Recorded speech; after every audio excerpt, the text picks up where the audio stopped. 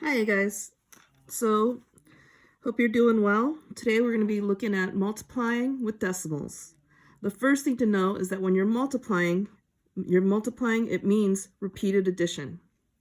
So we're going to go over a few things before we get to the decimal part. So, what does that mean?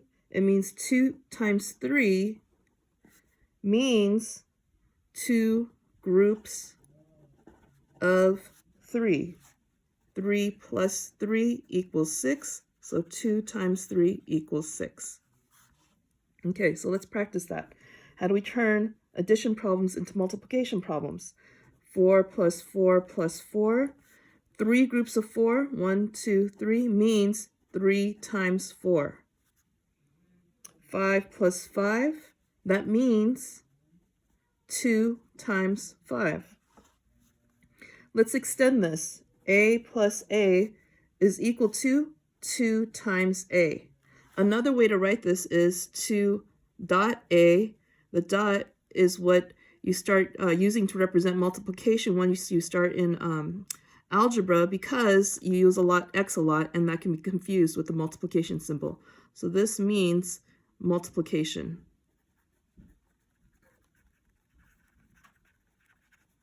It replaces what you used to use, the symbol that you used to use to represent multiplication.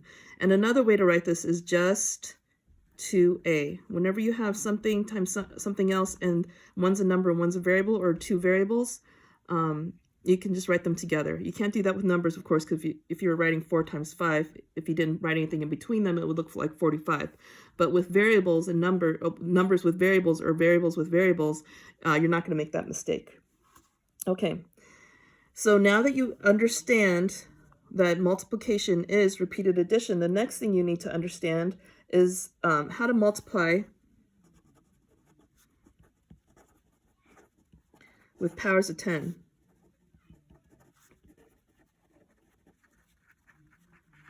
Okay, so first of all, what are powers of 10? Powers of 10 are 10 to the first power, which is just 10, 10 to the second power, which is equal to 10 times 10, which is 100, 10 to the third power, which is equal to 10 times 10 times 10, which is equal to 1,000, and on and on. So powers of 10 basically look like one with a certain number of zeros behind it. Okay, so 2 times 10. What does that mean? It means 2 groups of 10, which is 20. There's 2 in the tens place, 2 sets of 10s, that's 20. Okay. What about 3 times 10? That means 10 plus 10 plus 10, which means 30. 4 times 10 is equal to 10 plus 10 plus 10 plus 10. Hopefully you're seeing the pattern here. Okay, let's switch it up. What's 2 times 100? It's equal to 100 plus 100, which is equal to 200. What about 2 times 1,000? That means 1,000 plus 1,000. That equals 2,000. You guys seeing the pattern here? All right.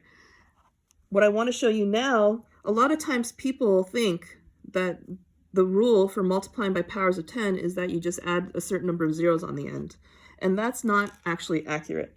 And where that's going to let you down is when you get to decimals. What is 2.1 times 10?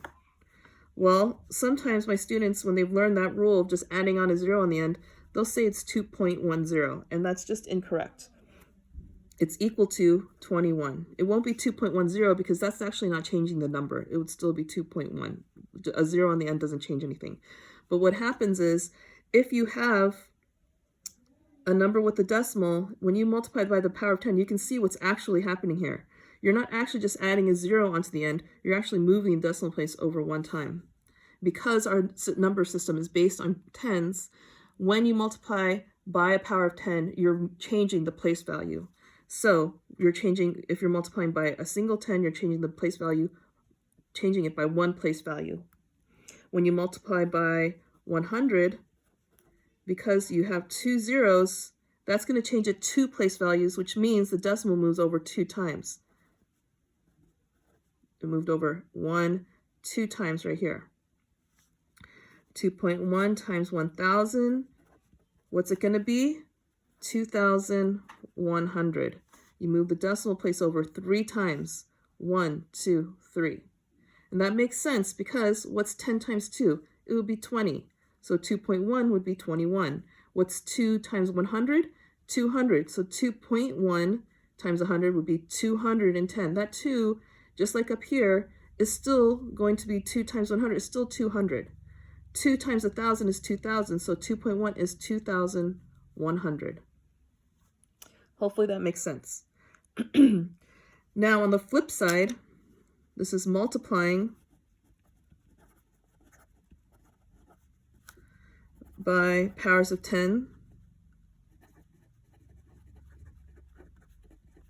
What about dividing by powers of 10?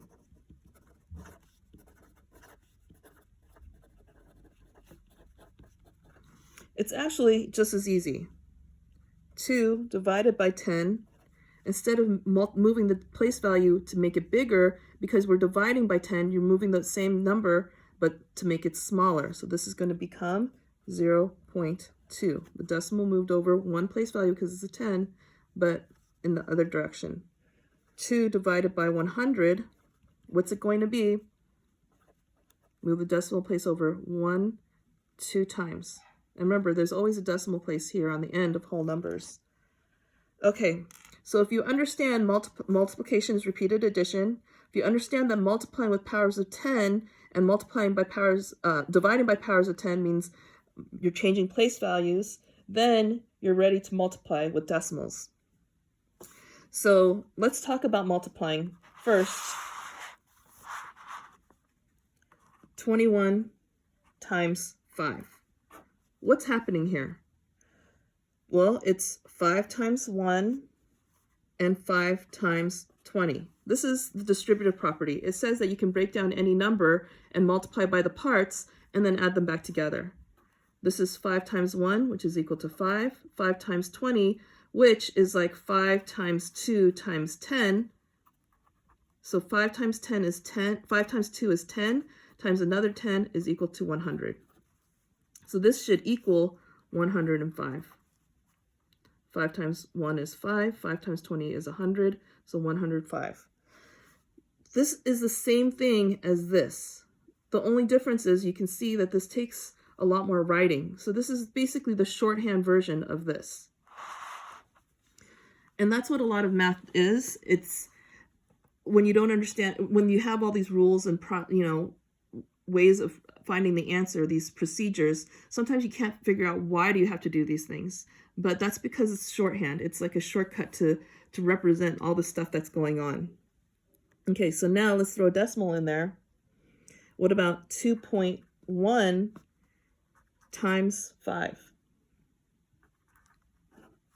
Well, 2.1 times 5 basically is the same as, what's the same as 2.1? It's like 21 divided by 10, right? If you took 21 and divided it by 10, it would equal 2.1.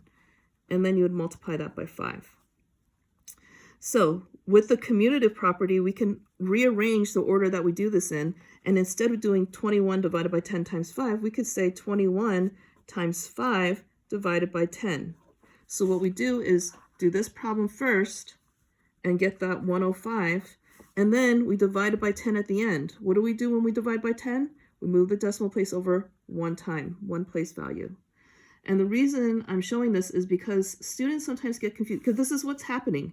And students sometimes get confused because of the addition-subtraction rules, which say that the decimal stays in the same place. But that's not what's happening here. That looks like what's happening here, but that's not what's happening here. Really what's happening here is that you're putting that decimal place in because there's you only moved it over one time. To turn that into a whole number, you have to move it one time in the answer. Okay, so the next thing is, if you understand that, double digit by double digit. This is the thing that really trips up a lot of people.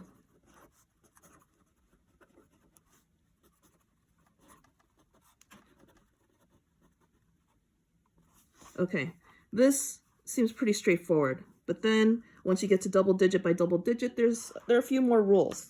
And again, I'm going to show you what's happening first, and then we'll look at the shorthand of how do we find the answer a little bit more easily. Okay, so again, using the distributive property, you can multiply 3 times everything, and this is not a 1, this is a 10 times everything. So 3 times 1, 3 times 20. So I multiplied it by the 1 and the 20. Then we multiply the 10 times everything. 10 times 1, and then 10 times 20. What is this? It's 3. What is this? 60.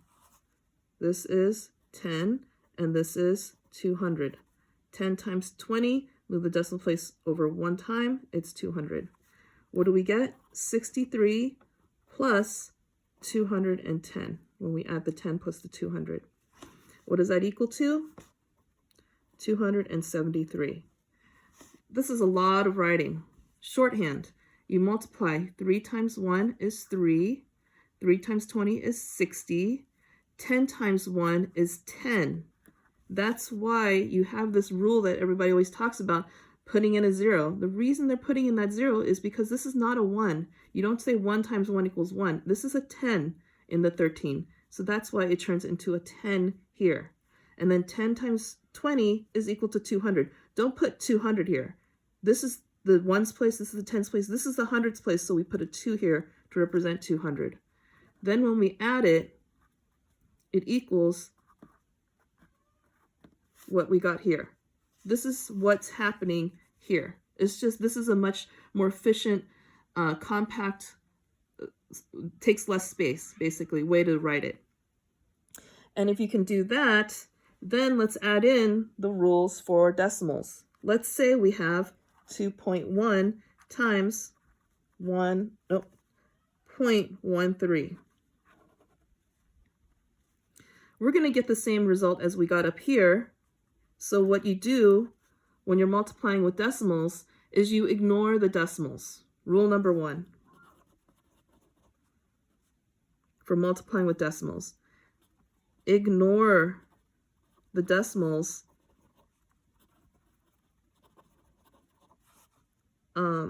until the end.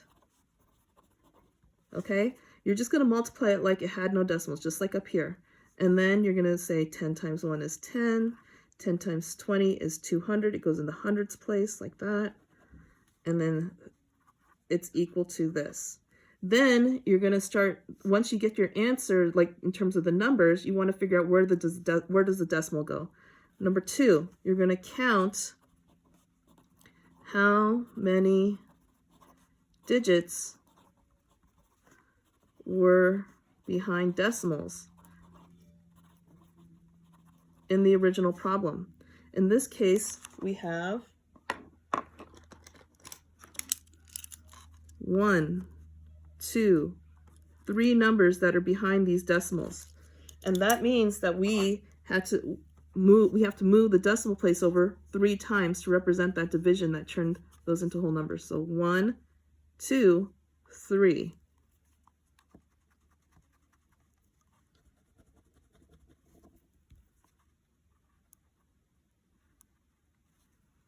So your answer is going to be 0.273. So you can see that the decimal is not just dropping down.